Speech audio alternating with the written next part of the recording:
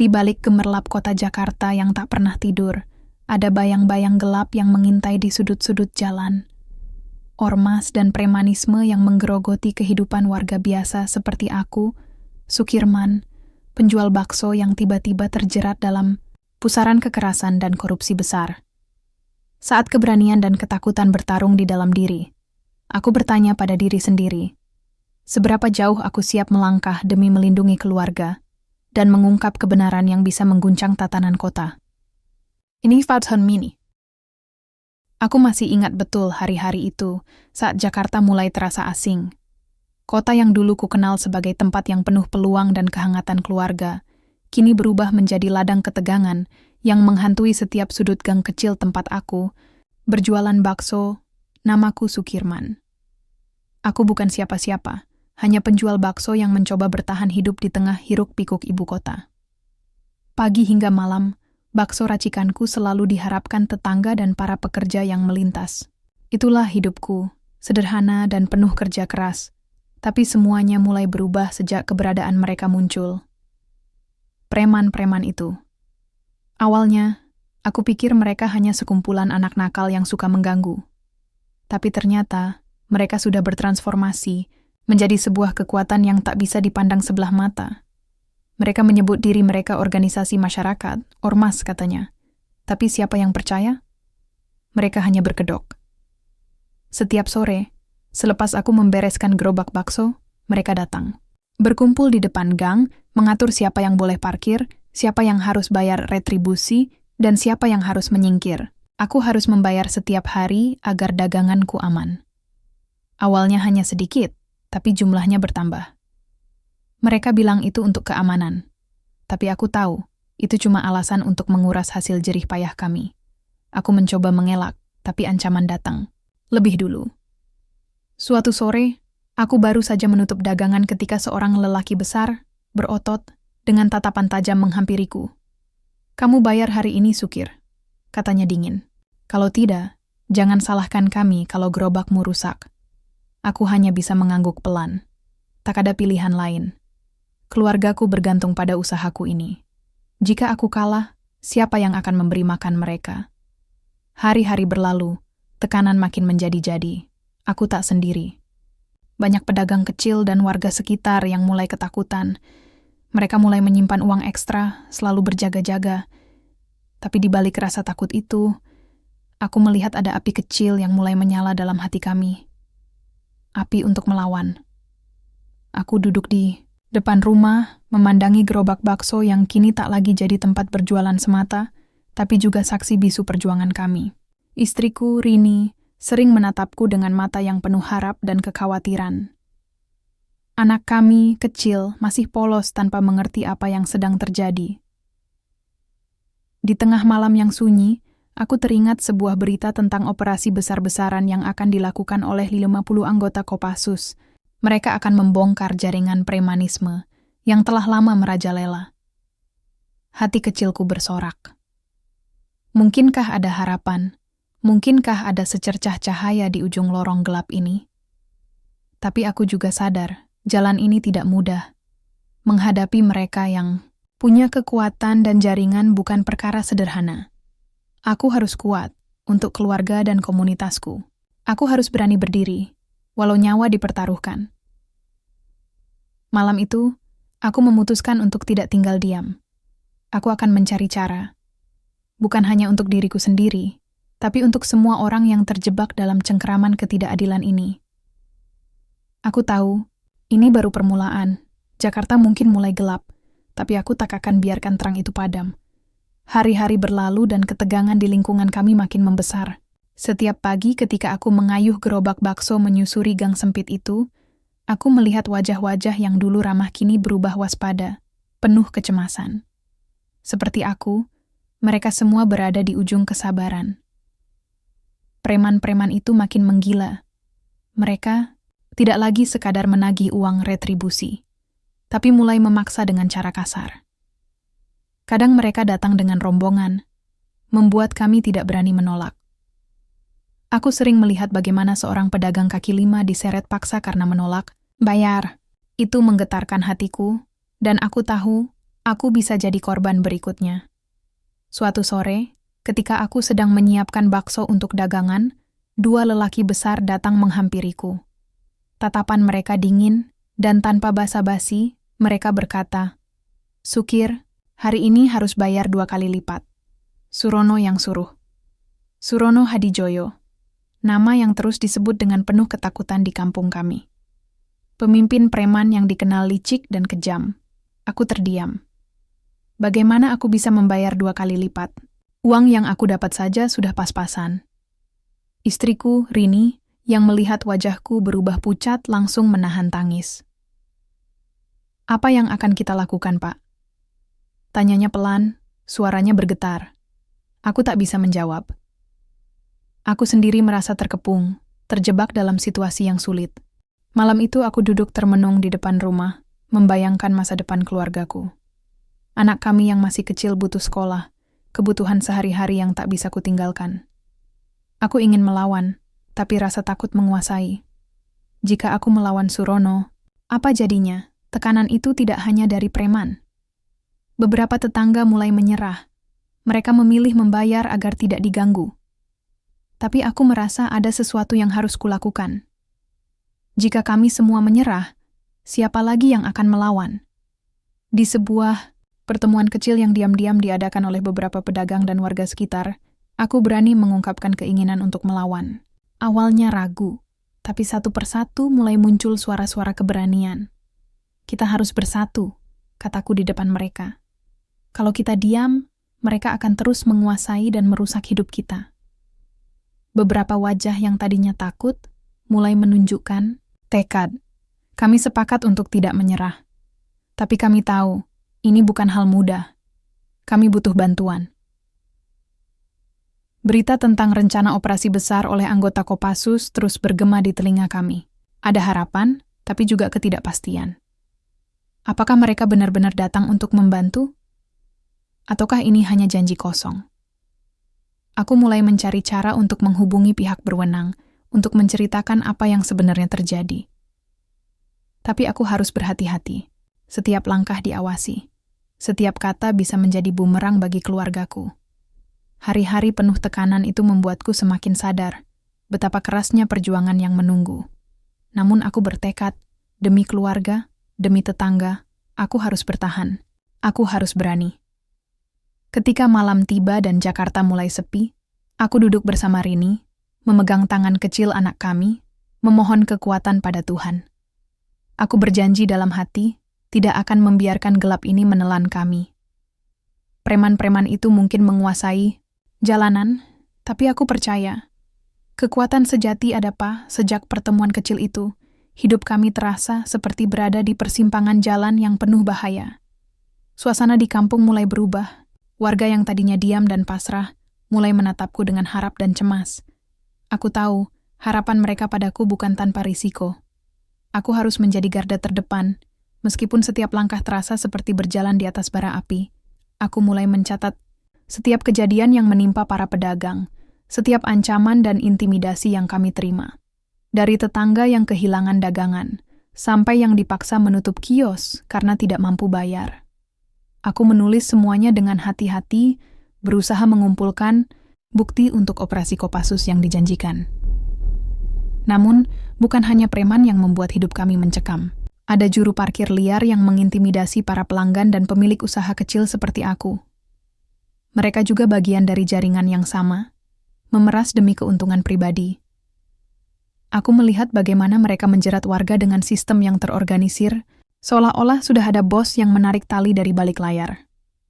Malam itu aku kembali merasa gelisah. Saat aku menutup gerobak bakso, seorang anak muda yang dulu sering membeli dagangan, berdiri di depan dengan wajah pucat. "Pak Sukir," katanya pelan. "Surono sudah tahu ada yang melapor ke Kopassus." Dada ini serasa ditekan batu besar. Berita itu seperti petir yang menyambar di malam yang tenang. Aku sadar, sekarang taruhannya makin tinggi. Tidak hanya aku, tapi keluargaku dan seluruh warga terancam. Rini mencoba menenangkan aku. "Kita harus tetap kuat, Pak. Untuk anak kita, untuk semua yang percaya sama Bapak." Aku mengangguk, tapi dalam hati aku tahu, ini bukan sekadar soal keberanian, melainkan juga soal strategi. Aku harus pintar memilih langkah agar tidak jadi korban berikutnya. Keesokan harinya, aku mencoba menghubungi seorang kenalan di kepolisian yang pernah aku bantu beberapa waktu lalu. Kupinta dia agar bisa menyampaikan surat dan bukti-bukti yang sudah kukumpulkan ke Kopassus. Dia hanya bisa memberi sinyal agar aku hati-hati dan terus waspada. Di sisi lain, ketegangan di kampung mulai meledak. Suatu malam, ada ledakan kecil di dekat gerobakku. Tidak ada korban jiwa, tapi itu sudah peringatan keras. Suara dentuman itu masih terngiang di telingaku, seperti ancaman yang sulit dihindari. Aku merasa sendirian, tapi aku tahu aku tidak bisa mundur. Bukan hanya soal dagangan, ini tentang harga diri dan keadilan. Aku harus bertahan, meskipun langkah ini penuh dengan ketidakpastian. Satu hal yang selalu kupikirkan, bagaimana jika aku harus memilih antara keselamatan keluargaku atau mengungkap kebenaran yang selama ini tersembunyi. Tapi untuk saat ini, aku hanya bisa melangkah satu persatu, mencari celah untuk membawa perubahan. Jakarta, dengan segala gelap dan riuhnya, tidak akan pernah mudah ditaklukkan. Tapi aku percaya, satu suara kecil bisa memulai gelombang besar. Hari-hari di kampung kami semakin berat. Matahari yang mulai merunduk di ufuk barat, seolah membawa bayangan gelap yang kian merangkul. Aku berdiri di depan gerobak bakso, memandangi jalanan yang mulai sepi, merasa getar kecemasan yang tak pernah hilang. Ancaman dari Surono dan kelompoknya bukan sekadar kata-kata kosong. Malam sebelumnya, seorang tetangga yang selama ini diam mulai ditemukan dengan luka-luka di tubuhnya. Konon, itu peringatan bagi siapapun yang berani melawan. Aku merasa beban, itu semakin menekan dadaku. Setiap langkah yang kutempuh terasa seperti menapaki medan ranjau.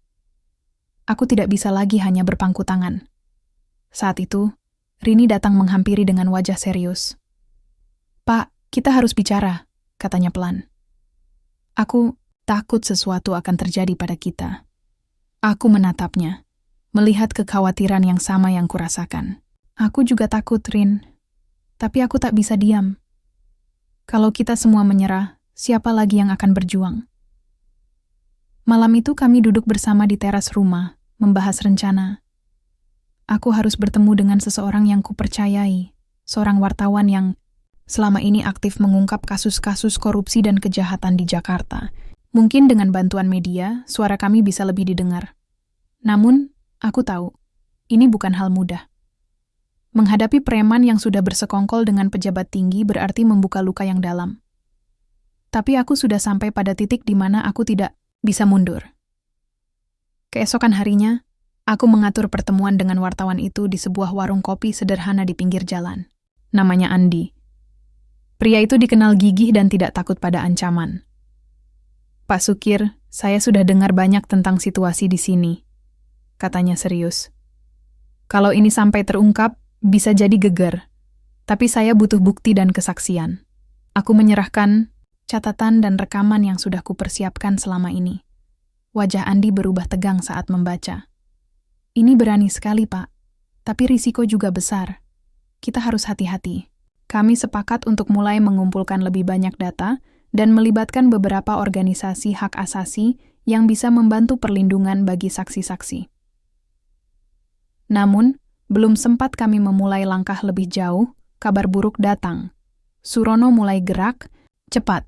Dia mengirim pesan lewat seseorang yang kukenal, peringatan yang sulit diabaikan. "Kami tahu kamu sedang bermain api, Sukir. Jangan sampai kamu terbakar." Pesan itu menggetarkan jiwaku. Tapi aku tahu, inilah titik di mana aku harus lebih kuat. Tidak hanya untuk diriku sendiri, tapi untuk keluarga, untuk kampung yang mulai kehilangan harapan. Malam itu, ketika aku menatap bintang-bintang yang tersembunyi di balik awan, aku berjanji pada diriku sendiri, tidak ada lagi ketakutan yang akan membelenggu. Aku harus maju, walau langkah ini penuh resiko. Jakarta mungkin gelap dan penuh bayangan, tapi aku percaya di balik senja yang suram, masih ada cahaya yang menunggu untuk menyala. Seiring berjalannya waktu, ketegangan di kampung kami semakin tidak tertahankan. Suara-suara kecil perlawanan mulai berubah menjadi gemuruh yang menggema di setiap sudut jalan. Aku bisa merasakan ada sesuatu yang besar sedang mendekat, sesuatu yang bisa mengubah segalanya. Pagi itu, ketika aku membuka gerobak bakso seperti biasa, ada sosok yang menunggu di sudut jalan. Dia mengenakan jaket hitam dan topi yang menutupi wajahnya, tapi aku mengenali langkahnya. Itu Andi, wartawan yang ku bertemu beberapa hari lalu. Kita harus segera bergerak, Sukir, katanya pelan tapi tegas. Kopassus sudah mulai melakukan pemetaan. Mereka butuh informasi detail tentang Surono dan jaringan premanisme ini. Rasanya seperti mimpi yang menjadi nyata. Setelah berminggu-minggu takut dan menunggu, bantuan itu akhirnya datang. Tapi di balik itu, aku juga merasakan beban yang makin berat. Menjadi saksi kunci bukan hal mudah. Aku tahu taruhannya nyawa. Di malam yang gelap, aku bertemu dengan beberapa anggota Kopassus di sebuah tempat tersembunyi. Mereka berjumlah 50 orang, wajah-wajah tegas dan penuh disiplin. Dari mata mereka, aku melihat satu tekad yang sama, membongkar sindikat preman yang telah lama meresahkan kota. Ancaman dari Surono dan kelompoknya bukan sekadar kata-kata kosong. Malam sebelumnya, seorang tetangga yang selama ini diam mulai ditemukan dengan luka-luka di tubuhnya.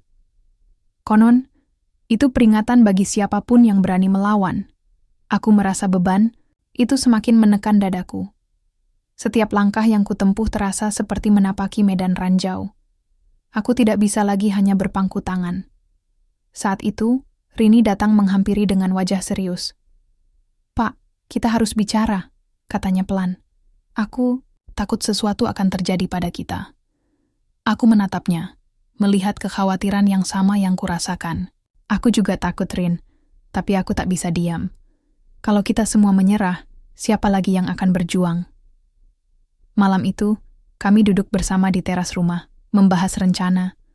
Aku harus bertemu dengan seseorang yang kupercayai, seorang wartawan yang selama ini aktif mengungkap kasus-kasus korupsi dan kejahatan di Jakarta. Mungkin dengan bantuan media, suara kami bisa lebih didengar. Namun, aku tahu ini bukan hal mudah.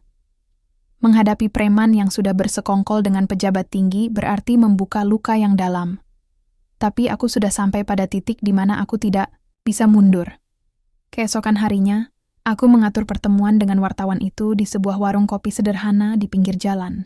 Namanya Andi. Pria itu dikenal gigih dan tidak takut pada ancaman. "Pak Sukir, saya sudah dengar banyak tentang situasi di sini," katanya serius. "Kalau ini sampai terungkap, bisa jadi geger. Tapi saya butuh bukti dan kesaksian." Aku menyerahkan catatan dan rekaman yang sudah kupersiapkan selama ini. Wajah Andi berubah tegang saat membaca. "Ini berani sekali, Pak, tapi risiko juga besar. Kita harus hati-hati." Kami sepakat untuk mulai mengumpulkan lebih banyak data dan melibatkan beberapa organisasi hak asasi yang bisa membantu perlindungan bagi saksi-saksi. Namun, belum sempat kami memulai langkah lebih jauh, kabar buruk datang. Surono mulai gerak, cepat. Dia mengirim pesan lewat seseorang yang kukenal, peringatan yang sulit diabaikan. "Kami tahu kamu sedang bermain api, Sukir. Jangan sampai kamu terbakar." Pesan itu menggetarkan jiwaku. Tapi aku tahu, inilah titik di mana aku harus lebih kuat. Tidak hanya untuk diriku sendiri, tapi untuk keluarga, untuk kampung yang mulai kehilangan harapan.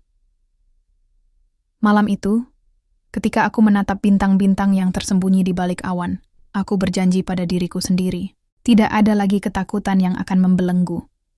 Aku harus maju, walau langkah ini penuh resiko. Jakarta mungkin gelap dan penuh bayangan, tapi aku percaya, di balik senja yang suram, masih ada cahaya yang menunggu untuk menyala.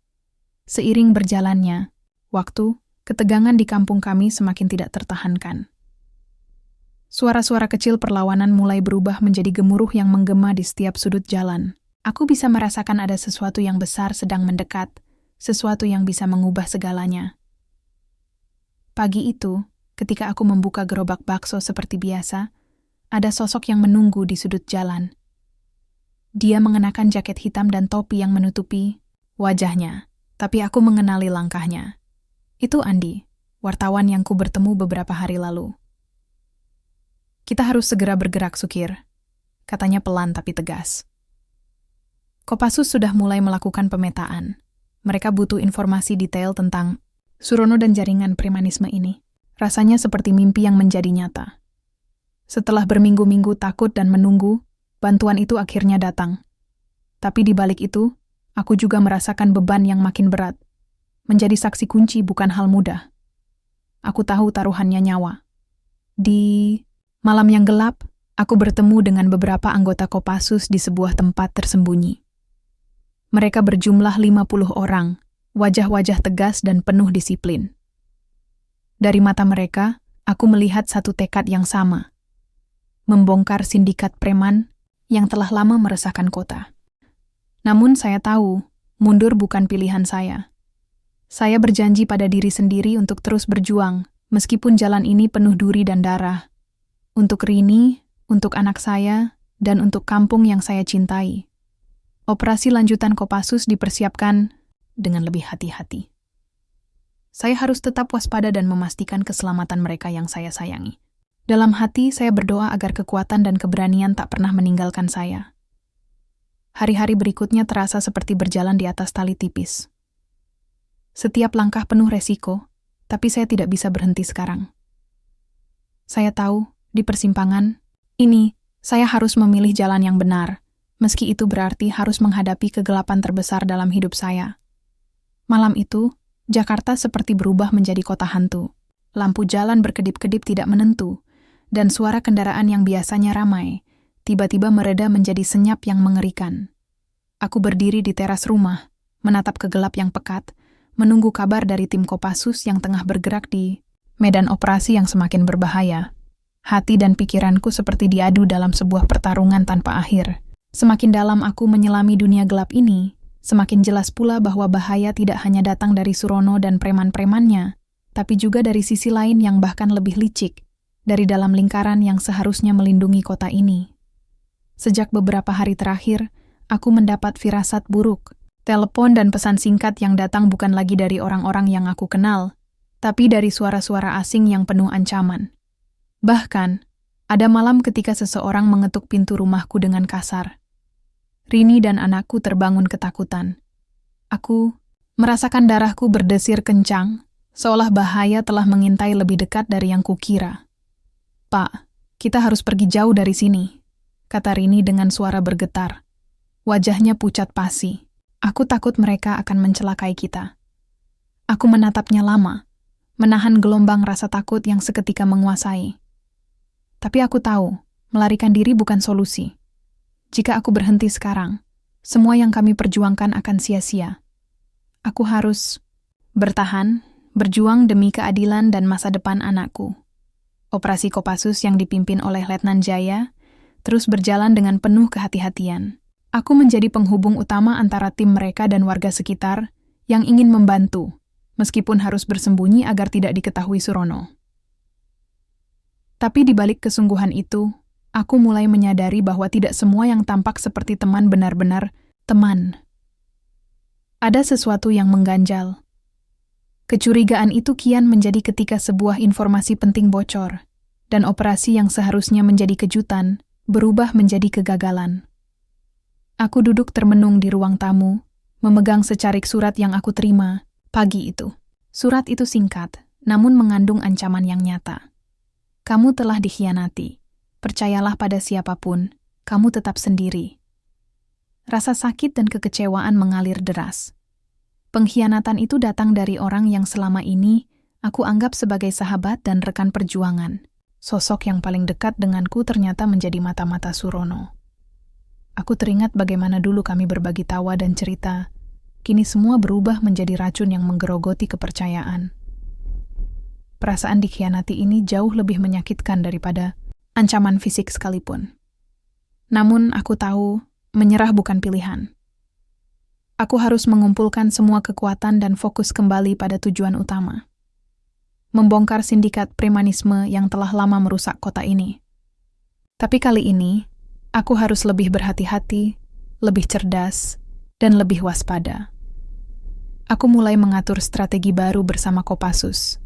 merencanakan operasi lanjutan dengan pengetahuan bahwa musuh di dalam sudah tahu setiap langkah kami. Meskipun demikian, tekadku semakin kuat. Aku berjanji pada diriku sendiri bahwa pengkhianatan tidak akan mematahkan semangat perjuangan. Pada suatu malam yang sunyi, aku bertemu dengan seorang sumber rahasia yang selama ini bekerja di lingkaran pejabat yang melindungi Surono. Dia datang dengan wajah tertutup, memberikan informasi yang dapat mengguncang kekuasaan dan membuka tabir gelap yang selama ini tersembunyi. "Kamu harus siap, Sukir," katanya pelan tapi penuh makna. "Apa yang akan kamu ungkap bukan hanya soal premanisme, tapi korupsi besar yang melibatkan pejabat tinggi." Aku mengangguk, merasakan beban yang makin berat di pundak. Namun aku juga merasa bahwa titik balik sudah di depan mata. Saatnya membayar semua pengorbanan dengan hasil nyata. Waktu terus berjalan, dan setiap detik terasa berharga. Aku tahu bahwa keputusan yang akan aku buat nanti tidak hanya menentukan nasibku, tapi juga masa depan keluargaku dan seluruh warga Jakarta yang lelah dengan kejahatan ini. Dalam gelap malam itu, aku berdiri tegak, menatap langit penuh bintang yang tersembunyi di balik awan kelabu. Aku siap menghadapi apapun, meskipun harus melawan bayang-bayang pengkhianatan dan kekuasaan yang mencoba merenggut segalanya dariku. Ini bukan lagi sekadar pertarungan melawan premanisme. Ini adalah pertarungan hidup dan mati untuk keadilan, keberanian, dan harapan. Malam itu, aku duduk termenung di sudut ruang tamu, memandangi secarik kertas lusuh yang baru saja aku terima. Tulisan tangan yang tak rapi tapi jelas, mengancam, dan sekaligus memberi peringatan. Jangan terlalu dalam menggali, atau kamu dan keluargamu akan menyesal. Jantungku berdegup kencang. Ancaman ini bukan sekadar kata-kata kosong. Ini adalah pesan dari seseorang yang punya kuasa dan niat jahat, yang selama ini tersembunyi di balik kedok pejabat tinggi. Aku sadar, semakin dekat aku dengan kebenaran, semakin berat pula risiko yang harus kutanggung. Rini masuk membawa segelas air hangat, matanya penuh kekhawatiran. "Pak, aku takut. Kita harus pikirkan keselamatan anak kita," ucapnya lirih. Aku menggenggam tangannya erat. "Aku juga takut, Rin. Tapi kalau aku berhenti sekarang, siapa lagi yang akan berani melawan mereka? Ini bukan hanya tentang kita. Ini tentang masa depan kampung dan kota yang kita cintai." Keesokan harinya, aku bertemu dengan Letnan Jaya untuk membahas rencana operasi berikutnya. Aku mengusulkan agar fokus tidak hanya pada Surono dan anak buahnya, tapi juga membuka tabir keterlibatan pejabat tersebut. Jaya mengangguk dengan serius. "Kita harus bergerak cepat dan hati-hati. Musuh kita kini bukan hanya preman, tapi juga orang-orang yang memiliki kekuatan besar di balik layar." Hari-hari berikutnya, aku lalui dengan kewaspadaan tinggi. Aku terus mengumpulkan bukti, menghubungi saksi, dan menyiapkan diri untuk segala kemungkinan. Di saat yang sama, aku menjaga keluarga dengan lebih ekstra, memastikan mereka aman dari ancaman yang kian nyata. Namun pengkhianatan semakin terasa. Aku mulai merasa ada yang mengawasi setiap gerakanku. Sebuah malam, saat aku sedang berkomunikasi lewat radio dengan Kopassus, sinyal tiba-tiba terputus, dan suara asing terdengar, memperingatkan aku agar segera berhenti. Kegelapan malam makin pekat, namun semangatku justru menyala lebih terang. Aku tahu ini adalah titik balik perjuangan kami. Aku harus berani mengambil risiko terbesar, demi mengungkap kebenaran yang selama ini tersembunyi rapat. Dengan hati penuh tekad dan pikiran yang tak pernah berhenti merancang strategi, aku menatap wajah Rini dan anakku yang tertidur lelap. Aku berjanji pada diri sendiri, aku akan melindungi mereka, sekaligus memastikan keadilan ditegakkan, meskipun harus mempertaruhkan segalanya. Hari-hari setelah pengkhianatan terasa seperti mimpi buruk yang tak berujung. Aku berjalan di antara reruntuhan kepercayaan dan ancaman yang mengintai. Tapi aku tahu, untuk keluarga dan kampung yang kucintai, aku harus tetap berdiri tegak, walau seluruh dunia seolah berbalik menentang. Pagi itu, udara Jakarta yang biasanya panas dan sumpek terasa lebih berat. Langkahku menuju titik pertemuan bersama tim Kopassus terasa berat, seperti membawa beban gunung. Setiap detik rasanya dipenuhi kecemasan dan ketegangan yang membakar. Di dalam hatiku, bergetar doa agar operasi kali ini berjalan lancar dan semua pihak yang terlibat dapat selamat. Letnan Jaya sudah menunggu, wajahnya serius tapi penuh tekad. Sukirman, kita tidak bisa main-main lagi. Operasi ini adalah yang terakhir dan terpenting. Kita akan membongkar semua jaringan Surono dan koruptor di belakangnya, katanya sambil menatap tajam. Aku mengangguk menahan gelombang kegelisahan. Aku siap. Ini bukan hanya untuk kami, tapi untuk masa depan kota ini. Rencana operasi kali ini jauh lebih kompleks dan berisiko. Kami harus bergerak diam-diam, memanfaatkan intelijen dari dalam, dan menghindari kebocoran yang sebelumnya membuat operasi gagal. Tim Kopassus sudah dilengkapi dengan peralatan canggih dan strategi baru, namun ancaman dari pejabat berkuasa masih menjadi bayangan yang menghantui. Hari H tiba. Kami berangkat pada dini hari, berjalan dalam kegelapan yang pekat. Suara langkah kaki kami beradu dengan detak jantung yang kencang. Setiap sudut Jakarta yang kami lalui terasa berbeda, seperti kota yang penuh rahasia gelap yang tak pernah terungkap. Aku memegang radio komunikasi dengan erat, terus berhubungan dengan rekan-rekan di lapangan. Rasa takut dan harap bercampur menjadi satu. Namun, aku tahu, di balik itu semua, ada harapan untuk perubahan. Ketika tim mulai bergerak memasuki markas Surono, suasana berubah menjadi tegang. Tembakan terdengar di kejauhan, dan suara komando bergema. Aku bersembunyi di balik tumpukan kayu, mengawasi situasi dengan jeli. Dalam hati, aku terus berdoa agar tidak ada yang terluka parah. Tapi kenyataan berkata lain. Ledakan kecil mengguncang sekeliling, dan jeritan kesakitan menyayat hati. Aku merasakan sakit yang sama, seperti mereka yang terluka adalah bagian dari diriku. Namun, operasi tetap berlanjut. Tim berhasil menangkap beberapa anak buah Surono, dan dokumen-dokumen penting berhasil disita. Bukti-bukti itu menjadi kunci untuk mengungkap keterlibatan pejabat korup yang selama ini bersembunyi di balik kekuasaannya. Saat aku berdiri di depan tumpukan barang bukti, wajahku lelah tapi penuh kemenangan kecil. Tapi aku tahu, perjuangan belum selesai. Setelah operasi, ini akan ada politik yang jauh lebih rumit. Malam harinya, aku pulang ke rumah dengan tubuh yang letih, namun jiwa yang penuh harapan. Rini menyambut dengan pelukan hangat yang menguatkan. Anak kami yang kecil tertidur pulas, tak tahu betapa berat perjuangan ayahnya.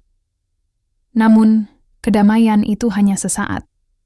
Beberapa hari kemudian, aku mendapat kabar dari sumber terpercaya bahwa pejabat yang selama ini melindungi Surono sedang mempersiapkan langkah balasan. Mereka akan menggunakan segala cara, termasuk kekerasan, peran politik kotor untuk membungkam kami. Aku merasa seolah berdiri di tepi jurang, antara hidup dan mati, tapi aku tak boleh mundur.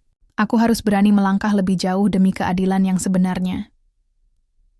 Dalam beberapa minggu berikutnya, aku dan tim menghadapi serangkaian ancaman dan tekanan yang semakin meningkat. Surat-surat misterius, pengawasan ketat, bahkan percobaan penyerangan yang gagal beberapa kali. Aku harus memastikan keamanan keluarga, sambil tetap menjalankan misi yang berat ini. Aku sering merenung di malam hari, memikirkan arti perjuangan ini. Apakah semua pengorbanan ini akan membuahkan hasil? Apakah anakku akan tumbuh di dunia yang lebih baik? Tapi suara-suara kecil di hatiku selalu mengingatkan, jangan berhenti sekarang. Perjuangan masih panjang. Aku mulai bekerja sama dengan wartawan independen dan aktivis yang peduli pada keadilan sosial. Bersama mereka, aku membangun jaringan informasi dan dukungan, berusaha membawa kasus ini ke publik agar tidak ada yang bisa menutup-nutupinya lagi. Kota Jakarta yang penuh dinamika ini kini mulai berguncang. Masyarakat yang dulu diam mulai bersuara, menuntut perubahan dan keadilan. Aku bangga melihat itu, walau aku tahu bahaya selalu mengintai. Salah satu momen paling menentukan adalah ketika aku dipanggil untuk memberikan kesaksian di hadapan Komisi Anti Korupsi. Perasaan campur aduk menguasai. Di satu sisi, ini adalah kesempatan emas untuk membuka tabir kebenaran. Di sisi lain, risiko pembalasan sangat besar. Aku memasuki ruang sidang dengan langkah mantap. Di sana, para pejabat dan pengacara dengan tatapan dingin menanti. Aku tahu mereka akan berusaha menggagalkan kesaksianku. Namun aku tetap teguh. Aku menceritakan semuanya dengan jujur dan gamblang. Semua bukti, semua pengkhianatan, dan keberanian yang kami kumpulkan. Saat aku selesai berbicara, suasana menjadi hening. Mungkin ini adalah awal dari babak baru dalam perjuangan ini. Di luar ruang sidang, para pendukung kami bersorak, tapi aku tahu masih ada banyak tantangan menunggu. Aku melihat wajah Rini yang penuh harap dan kekhawatiran.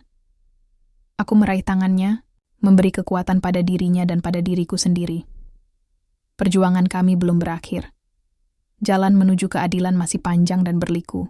Tapi aku yakin, selama ada keberanian dan kejujuran, cahaya itu akan terus bersinar. Aku bertekad untuk terus maju, apapun risikonya. Demi keluarga, demi kampung, dan demi kota Jakarta yang tercinta. Matahari pagi menyelinap pelan melalui celah. Jendela rumah sederhana kami menyinari wajah Rini dan anak kami yang masih terlelap. Aku duduk termenung di ruang tamu, meresapi semua yang telah terjadi. Perjuangan, pengorbanan, ketakutan, dan harapan. Semua itu berkumpul dalam satu titik, seperti benang kusut yang akhirnya mulai terurai. Beberapa bulan terakhir adalah masa paling berat dalam hidupku. Dari penjual bakso yang hidup tenang di pinggir kota, aku terjebak dalam pusaran konflik besar yang mengguncang Jakarta. Tapi aku tak pernah menyesal. Semua yang kulakukan adalah demi kebaikan keluarga dan kampung kami. Setelah kesaksianku di Komisi Anti Korupsi, gelombang perubahan mulai terasa. Surono dan anak buahnya berhasil ditangkap dan diadili. Pejabat yang selama ini melindungi sindikat itu pun harus mempertanggungjawabkan perbuatannya. Namun, jalan menuju keadilan bukanlah garis lurus. Banyak tikungan berbahaya yang harus kami lewati dan sore itu, aku kembali ke markas Kopassus untuk bertemu Letnan Jaya dan anggota tim. Wajah mereka penuh lelah, tapi ada kebanggaan yang terpancar. Ini kemenangan kita bersama, Sukirman, kata Jaya dengan suara tegas namun hangat. Aku mengangguk, menyadari bahwa tanpa dukungan mereka, aku mungkin sudah menyerah di tengah jalan. Kita baru mulai. Masih banyak pekerjaan rumah yang harus diselesaikan demi memastikan kota ini aman bagi semua warga. Setelah pertemuan itu, aku pulang dengan perasaan campur aduk. Ada rasa lega karena kejahatan terungkap, tapi juga kekhawatiran tentang masa depan. Apakah perubahan ini akan bertahan? Apakah mereka yang di atas sana benar-benar akan memperbaiki sistem? Di rumah, Rini menyambutku dengan senyum yang membuat segala beban terasa sedikit lebih ringan. Kita sudah melewati badai, Pak. Sekarang saatnya membangun kembali. Anak kami berlari kecil mendekat, menempelkan wajah polosnya ke dadaku. Aku memeluknya erat, berjanji dalam hati untuk selalu melindungi dan memberikan masa depan yang lebih baik. Hari-hari berikutnya, aku mulai aktif mengorganisir komunitas kami. Kami membentuk kelompok kecil yang berfokus pada pendidikan, keamanan lingkungan, dan pemberdayaan ekonomi. Dengan semangat baru, kami ingin memastikan tak ada lagi ruang bagi premanisme dan korupsi untuk berkembang. Aku sering diundang ke acara diskusi dan seminar, berbagi pengalaman dan memberikan inspirasi bagi banyak orang. Suara kecilku yang dulu tak terdengar kini mulai bergema di berbagai penjuru Jakarta. Namun, aku juga belajar untuk menjaga keseimbangan hidup. Setelah segala tekanan dan bahaya, aku ingin menikmati momen sederhana bersama keluarga. Makan bersama, bermain dengan anak, dan sekadar duduk menikmati senja di teras rumah. Satu hal yang aku pegang erat adalah keyakinan bahwa perubahan sejati dimulai dari diri sendiri dan komunitas kecil. Tidak perlu menunggu orang lain untuk bertindak. Pada akhirnya, aku sadar bahwa perjalanan ini bukan hanya tentang melawan kejahatan, tapi juga tentang membangun harapan. Harapan bahwa suatu hari nanti, anak-anak kami bisa tumbuh di dunia yang lebih adil dan damai. Aku menatap langit senja yang berwarna oranye keemasan. Di sana, aku melihat bayangan masa depan yang cerah, meski penuh tantangan. Dengan langkah mantap dan hati penuh semangat, aku melangkah maju, siap menghadapi apapun yang datang. Karena aku percaya, selama kita berani melawan dan tidak menyerah, keadilan dan kebaikan akan selalu menang.